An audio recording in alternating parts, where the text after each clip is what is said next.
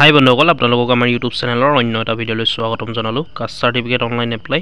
আপোনালোকে caste certificate যিকোনো জাতিৰ প্ৰমাণপত্ৰ আপোনালোকে কেনেকৈ বনাব, কেনেকৈ এপ্লাই কৰিব নিজৰ মোবাইলতে মাত্ৰ 40 টকা খৰচত আপোনালোকে বনাব পাৰিব নিজৰ মোবাইলতে। কোনো কম্পিউটাৰ দোকান যাব নালাগে, কাৰো ওচৰলৈ যাব নালাগে। আপোনালোকে ভিডিঅ'টো চাই মই A to Z ষ্টেপ আপোনালোকক দেখাই দিম। সকলোখিনি ষ্টেপ আপোনালোকে ফ'ল' কৰি পেলাই বনাব পাৰিব এখন কাষ্ট চাৰ্টিফিকেট, এপ্লাই কৰিব পাৰিব আৰু এসপ্তাহৰ ভিতৰত আপোনালোকে নিজৰ মোবাইলত ডাউনলোড কৰিব পাৰিব। কেনেকৈ কৰিব, কি ইয়াৰ কাৰণে ডকুমেণ্টছ লাগিব, ইয়াৰ কাৰণে কি ক্ৰাইটেৰিয়া লাগিব, কেনেকৈ এপ্লাই কৰিব আপোনালোকে সকলোখিনি ভিডিঅ'টোত আলোচনা কৰিম। ভিডিঅ'টো শেষলৈকে চাই থাকিব।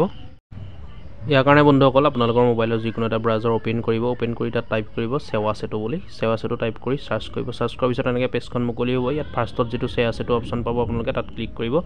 ক্লিক কৰাৰ লগে লগে সেৱা সেতু অফিচিয়েল পেজখন মুকলি হ'ব। আপোনালোকে প্ৰথমতে ক্লিক কৰিব। ক্লিক কৰাৰ পিছত লগ ইন অপশ্যনটোত ক্লিক কৰিব। লগ ইন আপোনালোকে যদি আগতে লগ ইন কৰিছিলে বা আপোনালোকে একাউণ্ট বনাইছে সেৱা সেতুত, তেতিয়া ডাইৰেক্ট এপ্লাই কৰিব পাৰিব। যদি সেৱা সেতুত আপোনালোকে একাউণ্ট বনোৱা নাই, আগতে লগ ইন কৰে, তেন্তে নতুন একাউণ্ট আপোনালোকে বনাব লাগিব। লগ ইন ৰেজিষ্টাৰ যিটো অপশ্যন দেখিছে আপোনালোকে তাত ক্লিক কৰিব। লগ ইন আৰু ৰেজিষ্টাৰ অপশ্যনটোত ক্লিক কৰিব। ক্লিক কৰি আপোনালোকে যিসকল নতুন হয় একাউণ্টটো বনাই ল'ব লাগিব।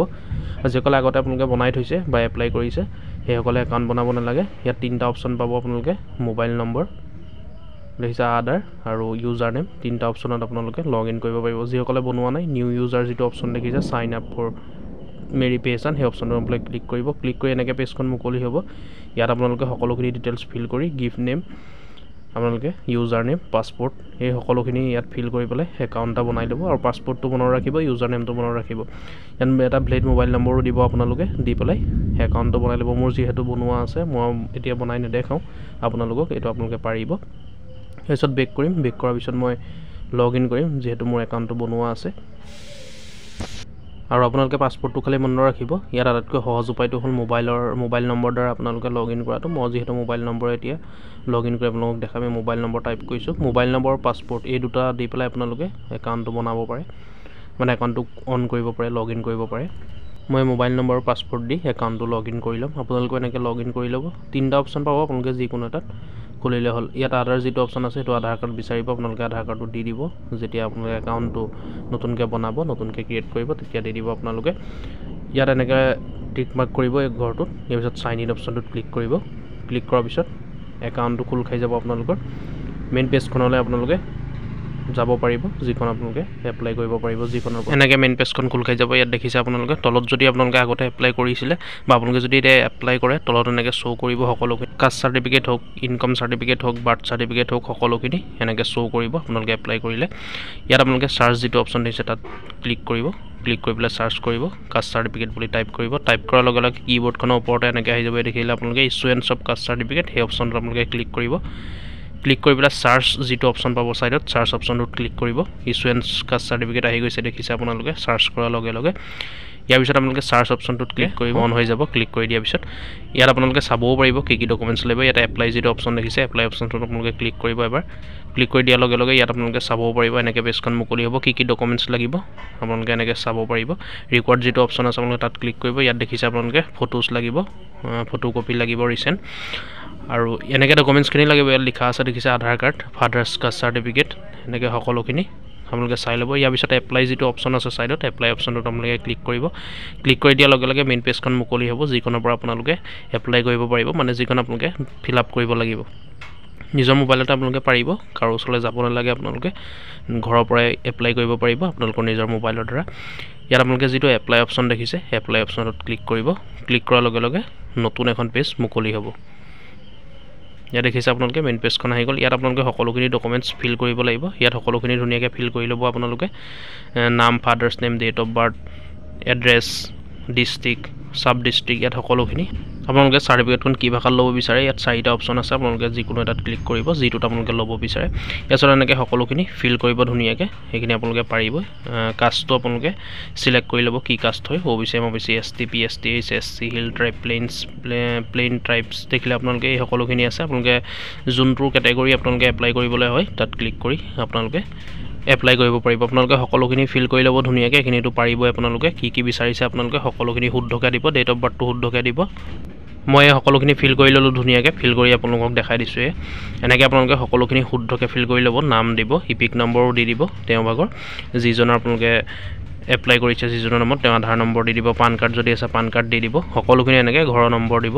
ইয়াত সকলোখিনি ষ্টাৰ মাৰ্ক যিটো দেখিছে আপোনালোকে সকলোখিনি ফিল কৰিব লাগিব, ষ্টেটটো চিলেক্ট কৰিব, সকলোখিনি ফিল কৰি ছেভ এণ্ড নেক্সট অপশ্যনটোত ক্লিক কৰিব। মাজত যিটো অপশ্যন আছে ইয়াৰ পিছত এনেকৈ আহিব য়েছ নে নো, আপোনালোকে চিঅ'ৰ য়েছ অপশ্যনটোত ক্লিক কৰিব, তেতিয়া চিঅ'ৰ হৈ যাব। আপোনালোকক য়েছ নে নো সুধিব আপোনালোকক, য়েছ অপশ্যনটোত ক্লিক কৰিব। ক্লিক কৰাৰ পিছত এনেকৈ পেজখন মুকলি হ'ব। ইয়াত আপোনালোকে সকলোখিনি ডকুমেণ্টছ আপলোড কৰিব লাগিব। প্ৰথমতে এপ্লিকেশ্যন ফটোছ আপোনালোকে দেখিলে এপ্লিকেণ্ট ফটো, ইয়াত আপোনালোকে ক্লিক কৰি ফটোখন আপলোড দিব, ফটোখন আপলোড কৰিব। ফটোখন আপোনালোকে 1000 KB মানৰ ভিতৰতে আপোনালোকে আপলোড কৰিব লাগিব। অকল ফটোখন 1000 KB ভিতৰত হ'ব, বাকীখিনি আপোনালোকে PDF-ত দিব লাগিব। PDF বনাই ল'ব আপোনালোকে। ইয়াত যি বিচাৰিছে, বাৰ্থ চাৰ্টিফিকেট বিচাৰিছে, বাৰ্থ চাৰ্টিফিকেট নহ'লেও হ'ব, এজ প্ৰুফৰ কাৰণে এটা লাগে আৰু ৰেচিডেঞ্চিপৰ কাৰণে এটা বিচাৰিছে। ইয়াত আপোনালোকে যিটো ষ্টাৰ মাৰ্ক হৈ আছে সেই সকলোকেইটা ফিল কৰিব লাগিব, মানে আপলোড দিব লাগিব। কাষ্ট চাৰ্টিফিকেট ফাদাৰৰ লাগিবই, যদি নাই আপোনালোকে কাষ্ট চাৰ্টিফিকেটখন দিব নালাগে। যদি ফাদাৰৰ নাই, যিজনে এপ্লাই কৰে তেওঁ দেউতাকৰ যদি নাই, কাষ্ট চাৰ্টিফিকেটখন নিদিলেও হ'ব। ইয়াত কি বিচাৰিছে আপোনালোকে দেখিছে, এই সকলোখিনি আপোনালোকে আপলোড কৰিব। এইখিনিতো জানিবই বন্ধুসকল, গোটেইখিনি কৰিলে ভিডিঅ'টো বহুত দীঘলীয়া হৈ যাব, সেইকাৰণে গোটেইখিনি মই কৈ দিয়া নাই। আপোনালোকে এইখিনি গম পাব কি বিচাৰিছে, আপলোড কৰি দিলে হ'ল, চিলেক্ট কৰি পেলাই এইখিনিতো পাৰিব। আপলোড কৰাৰ পিছত ছাবমিট অপশ্যনটোত আপোনালোকে ক্লিক কৰিব। ছাবমিট অপশ্যনটোত ক্লিক কৰি দিয়াৰ লগে লগে ছাবমিট অপশ্যনটোত ক্লিক কৰাৰ আগত আপোনালোকে এবাৰ চাই ল'ব সকলোখিনি ভালকৈ দিছে নে। এনেকৈ সকলোখিনি ডকুমেণ্টছ আপোনালোকে আধাৰ কাৰ্ড হওক, ফটোছ হওক, এই সকলোখিনি আপোনালোকে এবাৰ চেক কৰি ল'ব। ফাদাৰ কাষ্ট চাৰ্টিফিকেট দিলে নাই বা আপোনালোকে আপলোড কৰিলে সেইটো আপলোড হ'ল নাই, কাষ্ট চাৰ্টিফিকেটখন আপলোড হ'ল নাই, আপোনালোকে সকলোখিনি ভালকৈ চাই ল'ব। এইটোতো বুজি পাইছে আপোনালোকে। ইয়াত সকলোখিনি ধুনীয়াকৈ চাই ল'ব, চাই পেলাই ছাবমিট অপশ্যনটোত আপোনালোকে ক্লিক কৰিব। ইয়াত আপলোড কৰিবলৈ হ'লে বাকীবোৰ PDF-ত আপোনালোকে আপলোড কৰিব পাৰিব। আৰু PDF-ত কেনেকৈ এখন ফটোৰ পৰা PDF কৰিব, মই অলৰেডি ভিডিঅ' বনোৱা আছে, আপোনালোকে চেনেলটো ভিজিট কৰি চাই ল'ব। এখন সাধাৰণ ফটো মানে জেনেৰেল ফটো এখন কেনেকৈ আপোনালোকে PDF বনাব পাৰিব, এটা PDF-লৈ কনভাৰ্ট কৰিব পাৰিব, মোৰ ভিডিঅ' অলৰেডি দিয়া আছে। তাৰপিছত ছাবমিট অপশ্যনটোত ক্লিক কৰি দিব। ক্লিক কৰি দিয়াৰ লগে লগে এনেকৈ পেজখন মুকলি হ'ব। ইয়াত আপোনালোকে সকলোখিনি এবাৰ চাই ল'ব। এইখন ফাইনেল পেজ হয়, এইখন ছাবমিট কৰি দিয়াৰ পিছত আৰু আপোনালোকে এডিট কৰিব নোৱাৰে। ইয়াত যদি কিবা থাকি আহিলে বা ভুল হৈছে, আপোনালোকে এডিট অপশ্যনটোত ক্লিক কৰি এডিট কৰিব, বেক কৰি পেলাই এডিট যিটো অপশ্যন দেখিছে আপোনালোকে তাত ক্লিক কৰিব। ক্লিক কৰাৰ লগে লগে আপোনালোকৰ এডিট কৰিব পাৰিব যদি কিবা থাকি আহিলে বা কিবা ভুল হৈছে। এইখনে মেইন ফৰ্ম হয়, এইখন সেইকাৰণে আপোনালোকে ভালকৈ চাই ল'ব যে শুদ্ধ হৈছে নাই চব। ইয়াত সকলোখিনি চাই ল'ব। আৰু এড এণ্ড ভিউ যিটো অপশ্যন দেখিছে আপোনালোকে, আৰু তলত ভিউ ডাউনলোড যিটো অপশ্যন দেখিছে আপোনালোকে, ডকুমেণ্টছকেইটা যে আপোনালোকে আপলোড দিলে, কি ডকুমেণ্টছকেইটা শুদ্ধকৈ দিলে নে, আপোনালোকে ভিউ কৰি চাব পাৰিব। ভিউ অপশ্যনটোত ক্লিক কৰিলে চাব পাৰিব মানে কি ডকুমেণ্টছ আপোনালোকে দিছে আৰু শুদ্ধ দিছে নাই। আপোনালোকে ভিউটোত ক্লিক কৰি দিব। ক্লিক কৰি দিয়াৰ লগে লগে আপোনালোকে চেক কৰিব পাৰিব। ইয়াৰ পাছত সকলোখিনি হোৱাৰ পিছত মেক পে'মেণ্ট অপশ্যনটোত ক্লিক কৰিব। ক্লিক কৰাৰ লগে লগে এনেকৈ পেজখন মুকলি হ'ব। ইয়াত আপোনালোকে ছাইডলৈ যাব, অসুবিধা হ'লে আপোনালোকে ডেস্কটপ ছাইড কৰি ল'ব, 3 ডটত ক্লিক কৰি। ইয়াত এনেকৈ ছাইডলৈ যাব, পে'মেণ্ট গেটৱে অপশ্যনত ক্লিক কৰি এক্সিছ ইজি পে' নো চাৰ্জ এই অপশ্যনটোত ক্লিক কৰিব। ক্লিক কৰি পেলাই ইয়াত এগ্ৰি ক্লিক কৰিব। প্ৰচিড ফৰ পে'মেণ্ট যিটো অপশ্যন দেখিছে আপোনালোকে তাত ক্লিক কৰিব। এগ্ৰি অপশ্যনটোত ক্লিক কৰাৰ পিছত প্ৰচিড ফৰ পে'মেণ্ট অপশ্যনটোত ক্লিক কৰিব। ক্লিক কৰাৰ লগে লগে ARN নম্বৰ এটা দিব, ইয়াত দেখিছে আপোনালোকে GRN নম্বৰ। এইটো আপোনালোকে স্ক্ৰীনশ্বট এটা মাৰি থ'ব। আপোনালোকে ৰিচিপ্টটো তেতিয়া নাপালেও এইটোৰ দ্বাৰা আপোনালোকে ট্ৰেক কৰিব পাৰিব, চাব পাৰিব। এইটোৱে এপ্লাই কৰা আপোনালোকৰ প্ৰমাণ হয়, এইটোৱে GRN নম্বৰ হয়, আপোনালোকে ট্ৰেক কৰিব পাৰিব এই নম্বৰটোৰ পৰা। সেইকাৰণে স্ক্ৰীনশ্বট এটা মাৰি থ'ব। একনলেজমেণ্ট ৰিচিপ্টটো আপোনালোকে পাবই। তাৰপিছত অ'কে অপশ্যনটোত ক্লিক কৰিব। ক্লিক কৰি দিয়াৰ লগে লগে এনেকৈ পেজখন মুকলি হ'ব। ইয়াত দেখিছে আপোনালোকে 40 টকা এটা পে' কৰিব লাগিব। এই 40 এমাউণ্ট 40 দেখিছে আপোনালোকে। টাৰ্ম এণ্ড কণ্ডিশ্যন যিটো অপশ্যন পাব তাত টিক মাৰ্ক কৰিব, এনেকৈ ক্লিক কৰিব। ক্লিক কৰাৰ লগে লগে ইয়াত পে'মেণ্ট অপশ্যন UPI দিব নে ইণ্টাৰনেট বেংকিং কৰিব, আপোনালোকে UPI অপশ্যনটোত ক্লিক কৰিম। মই যিহেতু UPI কৰিম। তাৰপিছত UPI ID টো আপোনালোকে কপি কৰি ল'ব, জিপে' বা ফোনপে'ৰ পৰা গৈ পেলাই আপোনালোকে কপি কৰি ল'ব। কপি কৰাৰ পিছত তাত আপোনালোকে পেষ্ট কৰিব লিংকটো। এনেকৈ আপোনালোকে, মই যিহেতু জিপে' পৰা মই UPI ID টো কপি কৰিম, কপি কৰি লৈছোঁ। কপি কৰাৰ পিছত UPI ID টো কপি কৰাৰ পিছত আপোনালোকে সেই খালী বক্সত UPI ID টো আপোনালোকে বহাব লাগিব। ইয়াত কপি কৰি ল'লোঁ। কপি কৰি পেলাই এতিয়া বেক কৰিম। ইয়াত এনেকৈ বেক কৰি পেলাই UPI ID টো এনেকৈ বহাই দিম, ফিল কৰিম। ফিল কৰাৰ পিছত ভেৰিফাই কোড যিটো তলত কোড থাকিব বক্সটোত ভৰাই দিব। কোডটো একে ভৰাব। কোডটো ভৰাই পেলাই আপোনালোকে কমপ্লিট পে'মেণ্ট অন ফোন যিটো অপশ্যন আছে তাত ক্লিক কৰিব। ইয়াত দেখিছে আপোনালোকে এমাউণ্ট 40 টকা এটা পে' কৰিব লাগিব।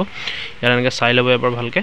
চোৱাৰ পিছত কমপ্লিট পে'মেণ্ট অন ফোন যিটো অপশ্যন দেখিছে তাত ক্লিক কৰিব। ক্লিক কৰি দিয়াৰ লগে লগে 3 মিনিট সময় ৱেইট কৰিব।